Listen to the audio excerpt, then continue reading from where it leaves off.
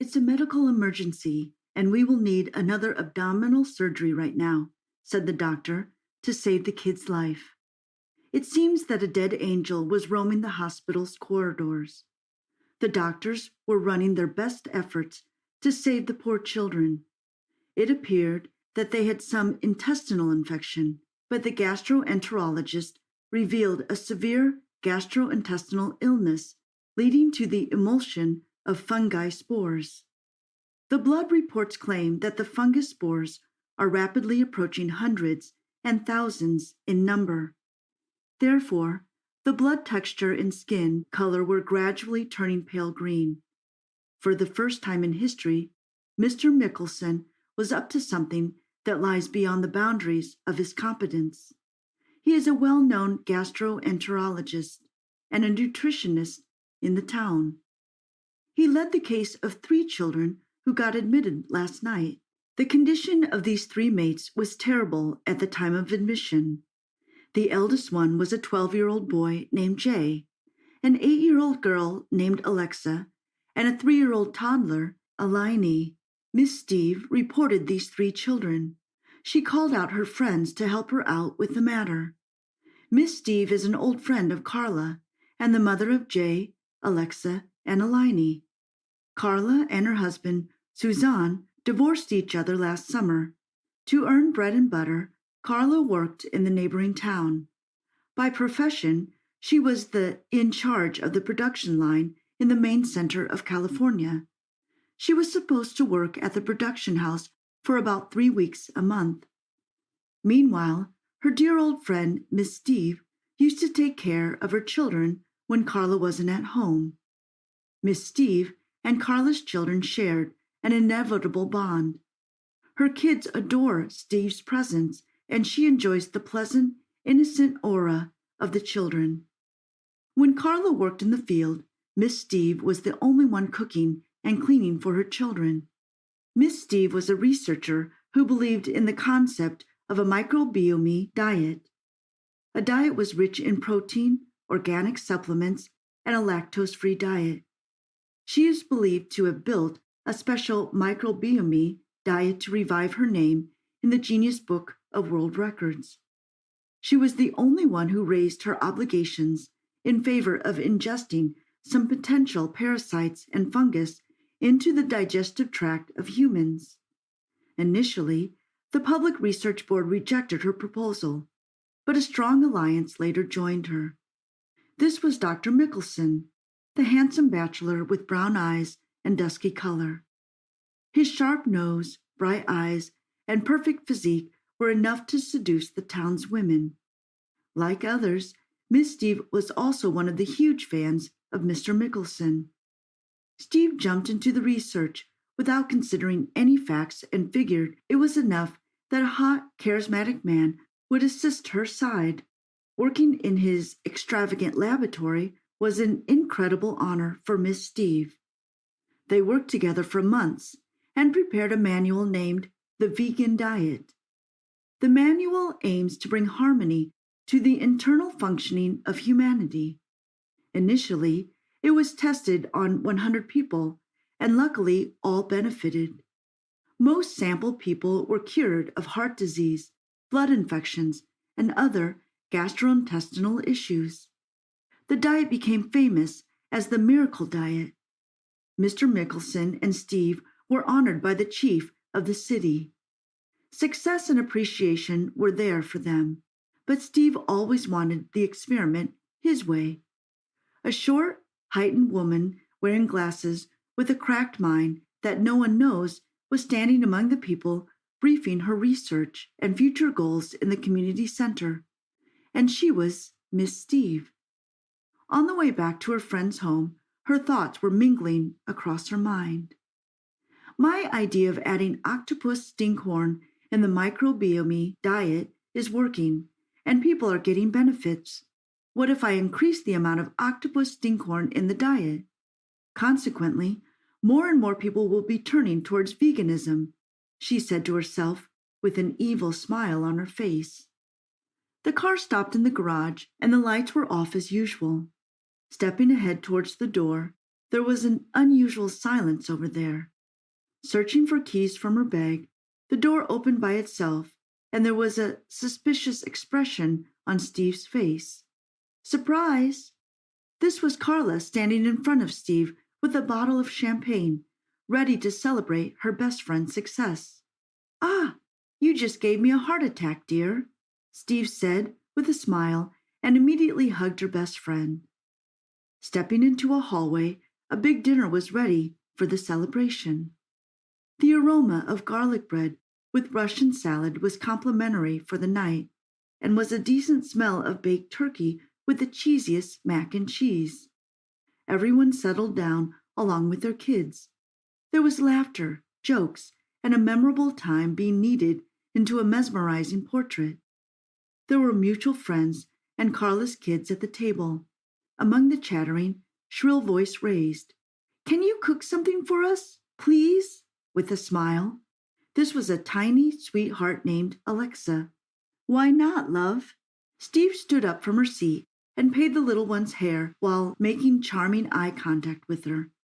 "Why not a microbiome diet?" Carla suggested, a glass of champagne. "Yeah, the Bayside porridge," Jay recommended with enthusiasm. Steve gave a smile and stood back in the kitchen.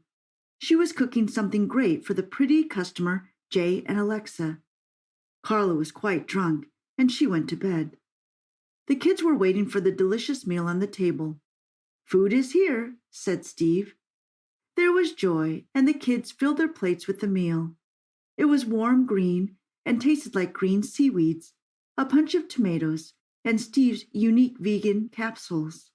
The kids adored the taste, and nothing was left on their plates within one go. Steve collected the dishes and asked the kids to settle in their beds. 3 of them greeted good night, and with a warm thank you, they returned to the room. Piling up the plates, she thought it was time to introduce my vegan capsules to the world. There are no side effects on the kids. For a long time, Steve was working to turn down the kids into veganism. She dreamt of the world being vegan. Therefore, she initiated her career with Dr. Mickelson. By gaining his support, she was able to research actual human subjects. Before practicing, Steve has already concluded by practicing them on Jay, Alyne, and Alexa. The 3 kids were being fed vegan food, but by tonight, Steve took one step ahead by adding the octopus fingers to their diet. The one she believes that there are miraculous properties to increasing human metabolism. If the plan works, my name will be the only name in the vegan history. While piling up her thoughts, she stepped into the kids' room to check whether everything was okay or not. She entered the room, and there was silence. She turned on the light to collect a blood sample from 3 of them to study. The kids were unconsciously lying on the floor. "This is terrible," she said to herself. "What am I going to do?" She turned over to Jay. His skin color turned green. She checked the heartbeat, and the heartbeat was dropping down. Unfortunately, she couldn't detect the heartbeat of Alexa and Alyne. "What have I done?" Steve was shivering, and she called 911 for immediate medical help. This was quite pathetic. She took Carla and went to the hospital. Mickelson told Steve that the 2 girls were no more, and they tried their best to save Jay. Something poisonous was added to their meal, and the doctor knew it must be the evil Steve. He informed the police to draw further investigation. Before the police arrived, Steve admitted that it was her fault and she was the murderer.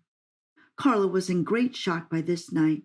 She had lost her girls and a best friend who was evil in disguise. The doctors were working quite hard to save Jay, while the higher authorities declared Steve a death sentence. We have to pay a heavy debt of extremism and radicalism. The radicalism belief system in our society needs to be changed, as history reveals it's not good for humanity. The weight on one side can be a disaster. Therefore, there is always an end to a healthy balance. And Steve deserves the consequences, ultimately.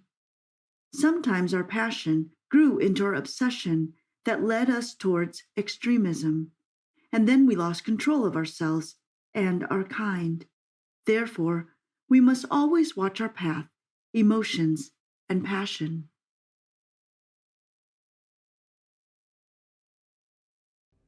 Jess was born in Ohio. Her family was wealthy enough. Jess's father owned a pizzeria, and her mother was a school teacher.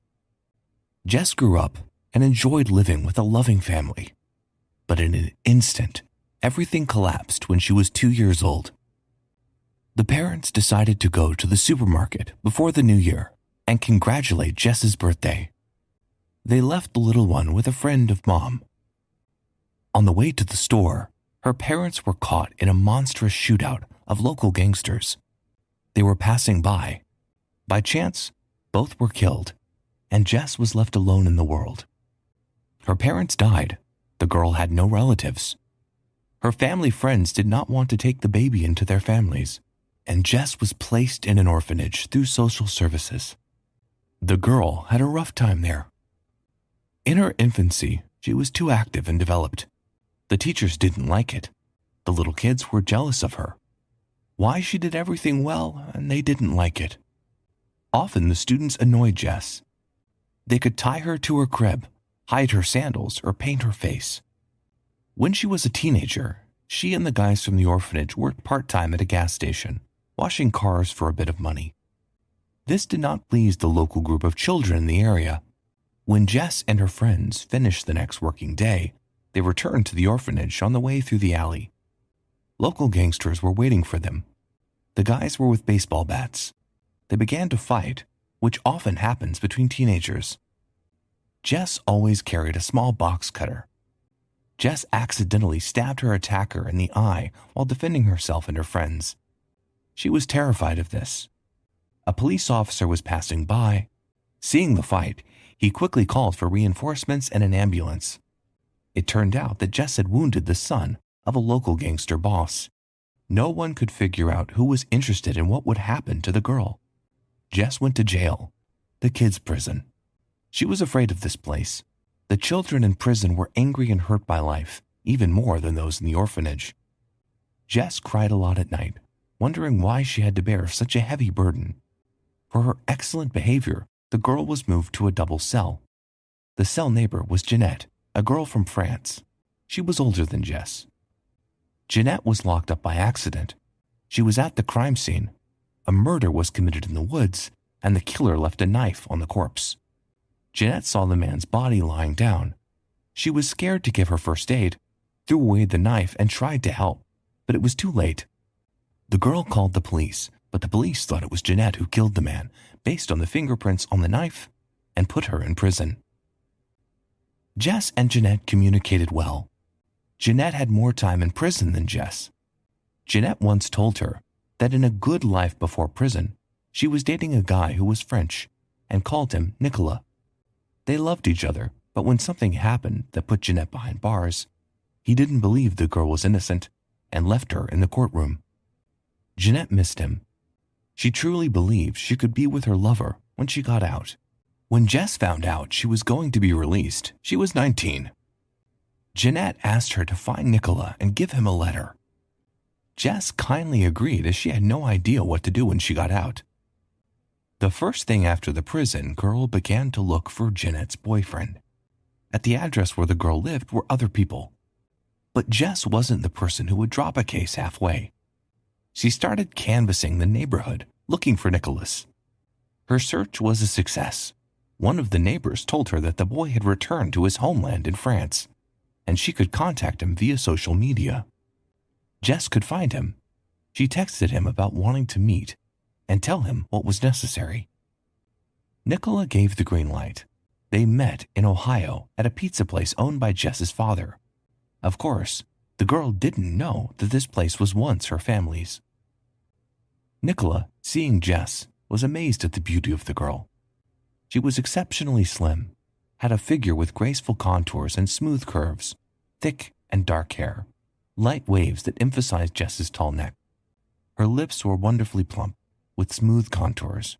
Her eyes were sky blue, with a green ebbing look deep inside Nicholas. He thought he had met the girl of his dreams, and he didn't care where she was from or what she meant to say. He fell in love with her at first sight.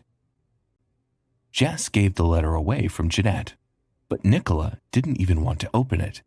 He didn't want to dredge up the past, much less the forgotten one. He was utterly drowned in Jess's eyes.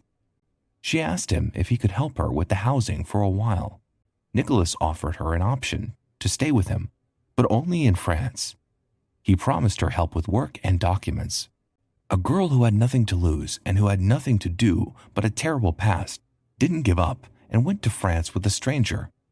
Nicola did not deceive Jess. He helped her with everything. Over time, he began to look after Jess beautifully. He gave her exquisite souvenirs and flowers and invited her to the cafe. Jess fell in love with a guy. They started dating, and Jess even forgot that Nicola was Jeanette's boyfriend, her friend from the past. Jess and Nicola got married. Jess's life took on bright colors that were unfamiliar to her. She had a job, a family, and a love she never felt for herself. So they lived a few years in love and harmony. They traveled a lot and enjoyed each other. They understood each other without words, and it was priceless. One day, Jess found out she was pregnant. She told her lover, and he was pleased. Young people waited for the miracle for 9 months. A healthy boy named Jack was born. Jack was a copy of his father. Her parents loved their son very much. Jess gave him all her warmth and affection, which she missed so much as a child. There was no sign of trouble as the doorbell rang one day. Jess opened the door and saw Jeanette. Jeanette understood what was going on immediately. She could not forgive her friend for starting to live with her lover. She wanted to destroy their whole world, but she didn't say a word to Jess. She left the place silently. Jeanette set their house on fire at night when everyone was sleeping. Jess and Nicola escaped, but lost their treasure, their son Jack. Time stopped for them. They couldn't believe it had happened to their family, to anyone but them. Jess felt unhappy again and remembered how she was a child in an orphanage. Furthermore, there was no human being near her. Only Nicholas was there, and her child was not there. It was a terrible shock for any mother. Jess stopped smiling. Her life turned into a dark hell. She hated Jeanette. She wanted to find and kill her. Nicholas felt less sorry for her. He paid less attention to her and went into himself. Jess found out where Jeanette was living and went to visit her, but she couldn't kill her either, and she wanted to look her in the eye. When she saw Jeanette, Jess was stunned. Jeanette was bald, terribly thin and pale. She was sick and had an incurable disease. It was cancer. Jess realized that life had already punished this woman without her involvement. She thought in her head that, in this life, everything comes back as a boomerang whether you like it or not. Of course, the pain of losing a child will never be alleviated, but it began to blunt and hide deep in each of their hearts. After a while, strange things started to happen in Nicholas and Jess's lives. Jess began having nightmares at night. She became afraid to go to bed and to go to sleep alone. The first thing Jess dreamed was that, in the dark, a girl walked alone into a room she didn't know. A wall covered with pictures of her children, and every child in a photo invited her to his room. Jess was horrified by this. This dream was repeated many times. It tormented her and prevented her from sleeping. She began noticing that she was seeing the children from her dreams on the city streets in real life, which frightened her even more. She saw all this in reality as hallucinations. She shared this with Nicholas, but he just laughed at her and didn't understand her pain. Nicholas suffered in his way, so all his love for Jess may have died forever. Jess went to a psychologist, and she was starting to think she was going crazy. The therapy session didn't help her. The girl was confused about what to do and who could help her. She accidentally met a woman in the street, a spooky-looking older woman. The woman was old and ugly, with her hair torn and a basket in her hand. She walked up to Jess, looked into her eyes, and waited silently. Jess was frightened, but stood there and did not run away from the older woman. So they stood for a few minutes. Suddenly, the older woman told her that she had been cursed, and if she kept it that way, Jess would soon be gone.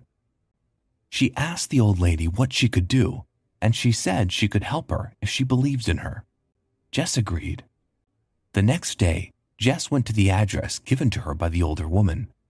She took a long drive to the place far away from the city. She didn't say anything to her husband. There she found a house with a sinister-looking older woman and went to her. The woman was waiting for her. She began to perform a ritual unknown to Jess, after which Jess fell asleep for 2 days. Jess woke up happily asleep with a happy heart and saw the older woman lying on the bed, and she didn't seem so disgusting to Jess.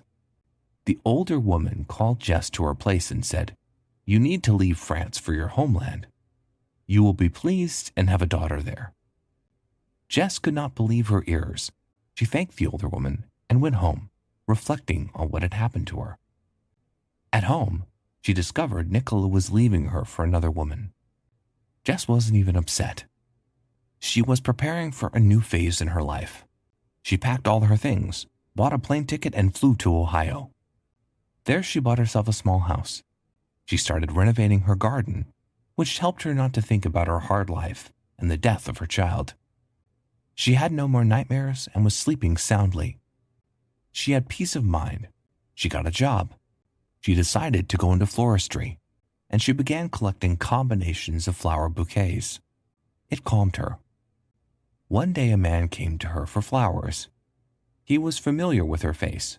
She recognized in him her friend from the orphanage. They got to talking. It turned out Marcus was from the same orphanage. He worked as a surgeon in Ohio. Marcus lived alone and never had a family. He recently found out where his mother was buried, who had placed him in an orphanage, and he came to buy her flowers to take to her grave. He asked Jess to accompany him to the cemetery. Jess felt his soul, so she did not refuse. He waited until her shift was over, and they went to his mother's grave. Marcus silently put the flowers on her grave without saying a word. On the way back, they went to the cafe. The weather was cold and snowy outside. They talked for a long time and reminisced about all the sad and funny parts of life at the orphanage. They remembered how they ended up together in the alley and how, after the terrible fight, Jess went to prison. Marcus said that after the war, the guy Jess stabbed in the eye went to the orphanage to look for Jess, and he wanted to apologize for putting Jess in prison. His vision was barely injured. There was only a tiny scar under his eyebrow. Jess couldn't believe her ears that a man had realized his mistake. Marcus and Jess started dating and moved in together pretty quickly. It was New Year's. They spent the New Year's together and decided it was a new episode in their lives, and they didn't want to break up, and they were going to live together. It was a Christmas miracle for both of them, and for Jess, it was also a birthday gift. They spent that winter together. Jess told Marcus how she lost her baby and how unhappy she was all along. Marcus worked as a doctor all his life after the orphanage, helping people and living with no one, always being alone. A few months later, Jess and Marcus learned they would become parents. This was unexpected news for both of them, and very happy for them. Jess remembered the older woman's words that she would have a daughter. At the ultrasound, Jess learned the sex of her baby, and it was a girl. Jess smiled and realized that everyone could be happy in life.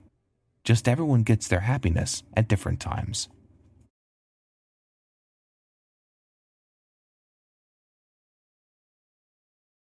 Daisy was passionate about sewing another dress on a sewing machine. She loved sewing and making new clothes for people. Her favorite work allowed her to temporarily forget her poor existence, her father's illness, and that the world was unfair to her. Daisy was trying to spend more time at work because she was not happy at home. Her mother had already died, and her father was very ill. But most of all, the girl was frightened and upset by her older brother Harry. He didn't work anywhere, only drank, and waited for Daisy to bring the money. Her sick father could not influence his son, and the girl was too weak to stand up to her older brother. Daisy was afraid to move out of the house because her father would be left unattended. She also feared her brother's revenge. Harry took most of the girl's money, so she couldn't save up. But Daisy wasn't depressed. She worked hard, just like her mother taught her. Chief fashion designer, Mr. Atman, noted Daisy's diligence and passion for the profession. She was no longer to sew, but to paint new models, offer ideas, and help choose fabrics and accessories. Daisy was proud of her new position at 22. She would very much like to share the joy with her mother. Her mother taught her to sew and instilled a love for modeling and sewing clothes. But her mother died and did not see how intelligent and beautiful her daughter had grown up. Before Daisy climbed the career ladder, she worked as a seamstress with her friend Angela. When Mr. Atman announced that Daisy would now assist him with his new collection, there was no limit to the girl's happiness. Daisy immediately shared with Angela the glad tidings, but for some reason, her friend did not support her and said, "Mr. Atman made you his assistant too quickly. I've been working here longer than you." "Angela, I'd like to get your job, but it's not up to me." So Daisy started making excuses. Angela relented and asked to see Daisy's sketches for Mr. Atman. "What beautiful dresses," said Angela. "You have natural talent." Mr. Atman made the right choice. "Your models look fresh and original." "Well done." Angela looked closely at every sketch of the dress. Daisy was embarrassed by the praise. She was delighted that her friend no longer resented her. The next day, Daisy came to work on her album. She wore a dress that she made herself. It was her favorite dress. It emphasized her beautiful figure, and more importantly, it gave a lovely mood. All night, Daisy drew sketches for Mr. Atman's collection. Daisy knocked and entered the head designer's office. She saw not only Mr. Atman, but Angela in the office room. She had a sketchbook in her hand. Daisy saw it and stopped. Angela's drawings were very similar to Daisy's. Her friend just stole her ideas and pretended to be hers. "Look, Daisy, Angela's ideas are so authentic. How will you please me?" Mr. Atman addressed her. Daisy was very disappointed with her friend's betrayal and could not open her file. She could barely untie the clasps on the cheap cardboard folder. Mr. Atman picked up the sheets, frowned, and began comparing them with Angela's sketches. "She stole my ideas," Angela screamed. "I didn't expect you to do that." But Daisy couldn't say a word. Not only did Angela steal her ideas, but she accused Daisy of stealing. "No doubt Daisy's drawings are more expressive, but I don't need artistic skills, I need original ideas," said Mr. Atman. Daisy was silent. "That's terrible, Daisy," said Mr. Atman. "It's the thieving that angers me the most, especially when people steal ideas." All of Mr. Atman's image was distressing because he liked Daisy for her hard work. "You can't expect anything good from her," said Angela. "Her family is poor and her brother is a thief." Tears poured out of Daisy's eyes. The girl ran out of the office, not understanding where she was going because of the veil of tears. Daisy couldn't keep working for Mr. Atman. She was ashamed, though she wasn't the thief. Daisy was on her way home, thinking how she would tell her father and brother that she had lost her job. So cruelly, she thought, maybe she should have stayed and worked as a seamstress. But no, Daisy couldn't stay because she was wrongly accused of stealing. With every step, Daisy made it harder to come home. Finally, she arrived. The doors were open. It scared Daisy. The girl gently entered the house. In the kitchen, the older brother was sitting and drinking alcohol. "Daisy!" "Hello." "When will you bring the money?" Harry asked. Daisy didn't answer anything and went back to the room where her father used to sit. But her father wasn't there. Daisy went back to the kitchen and asked, "Where's Dad, Harry?" "Oh, our old man must be dead. The doctors took him. He was wheezing a long time. I didn't have time for him," said Harry on the whiskey glass. "The booze won't wait." Daisy's legs hurt. She wanted to hit her brother with hate, but he was much stronger than her. Her brother could have beaten her if she'd just scolded him. I'm going to my dad's, Daisy said. Whatever you want, dear sister, but it would have been nice to have some money first for your beloved brother. Daisy ran out of the house. She had little money in her purse, quit her job, and now she was thinking about how to get to the hospital. Daisy stood by the road in despair and looked for passing cars. A car stopped. A young man was sitting in the car. He lowered the window of the vehicle and asked loudly, "Excuse me, am I on the right way to the hospital?" Daisy's heart was racing. "Yes, you're going right." Suddenly, she decided to ask for help and said, "I have to go there, too, urgently. Could you give me a lift?" "Of course, I'd be happy to help," said the lad. "I have very little money," said Daisy. "Don't worry, girl. You show me the way and that'll be enough," said the lad. "My name's Mick." "I'm Daisy," said the girl, and got into the car. The guy turned out to be friendly. He said he would visit his uncle. The guy noticed that Daisy was sorrowful. Mick asked the girl what was wrong with her. Daisy suddenly told him about her friend's betrayal, her dismissal, and her father's illness. "You know, Daisy, I had a rough patch too. I was blind once. We looked for reasons but couldn't find any. I gave myself my word that I would one day see again. One day, after a relentless search and endless visits, the doctors gave its result, and I began to see again." "Cool. You're a strong man," said Daisy. "Thank you. I was making a point, and it wasn't for nothing, because today I figured out why I got my sight back. To see a beautiful girl like you." Daisy was embarrassed by the guy's words and didn't know what to say. "What do you dream of?" Mick asked. "I dream that one day I will create my collection. These will be dresses in which girls and women will bloom like flowers." "It's a wonderful dream," said Mick. "Believe in yourself. My aunt runs the atelier, of course, not as big as Mr. Atmut's agency." "I didn't know," said Daisy. She felt ashamed for telling a guy her problems she didn't know, and grateful for the sympathy at the same time. When the young people got out of the car, Mick gave Daisy a card with her aunt's contacts and urged her to call. Their paths diverged. Daisy needed to find her father. She saw how bad he looked when she entered her father's room. The old man did not immediately hear that Daisy had come in. The girl gently touched her father's hand, and her father opened his eyes. "Hello, Daisy." "Hello, my flower," said her father. His voice was feeble. "Dad, how are you feeling?" Daisy asked. "I'm sick and keeping you from your work. Daisy, you must go to work." Daisy could not say that she had quit. She knew the truth could have killed her father. She could not have disturbed him at that time. "Dad, you'll be fine," said Daisy. The doctor's conversation was disappointing.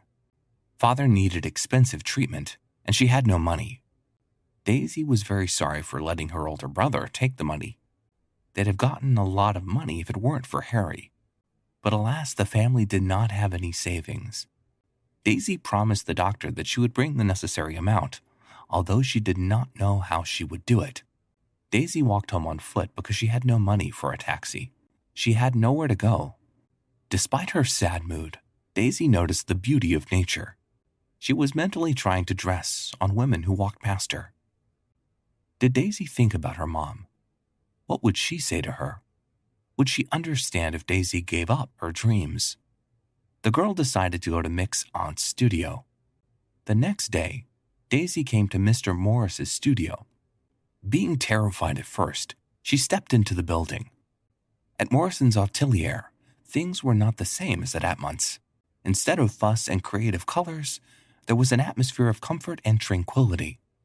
No one was shouting at the seamstress or throwing sketches, as Mr. Atmut sometimes did. This should be Mr. Morrison, the girl understood. "Hello, Daisy said. "I was told I came to see you.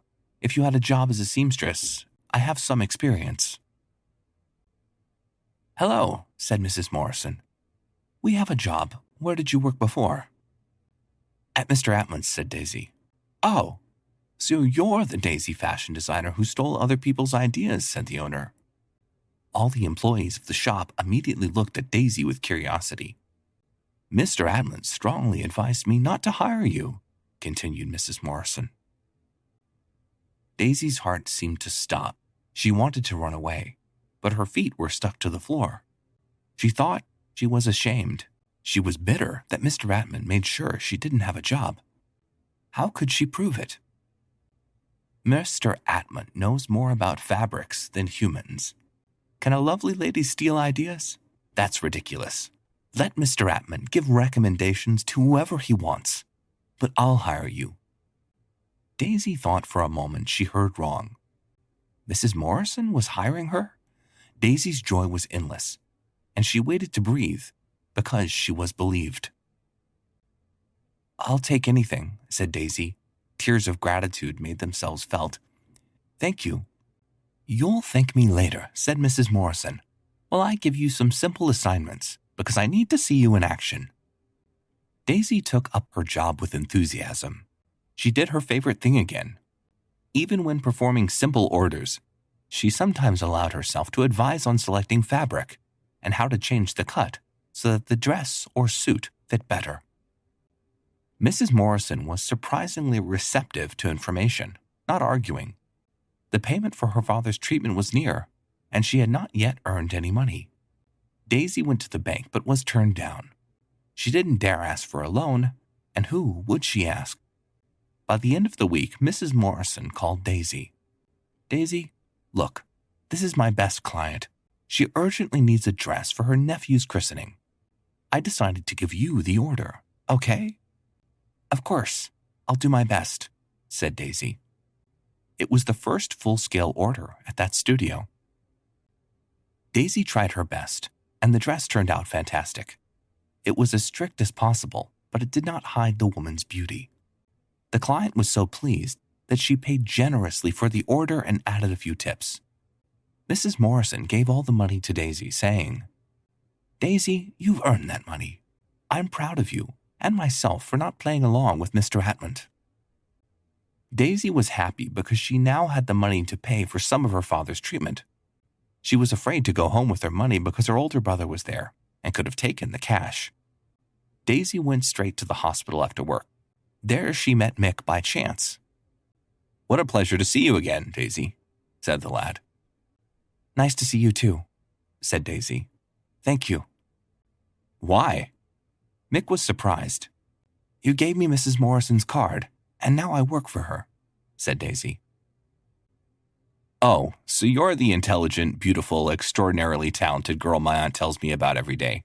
Daisy blushed. She didn't know Mrs. Morrison spoke so highly of her.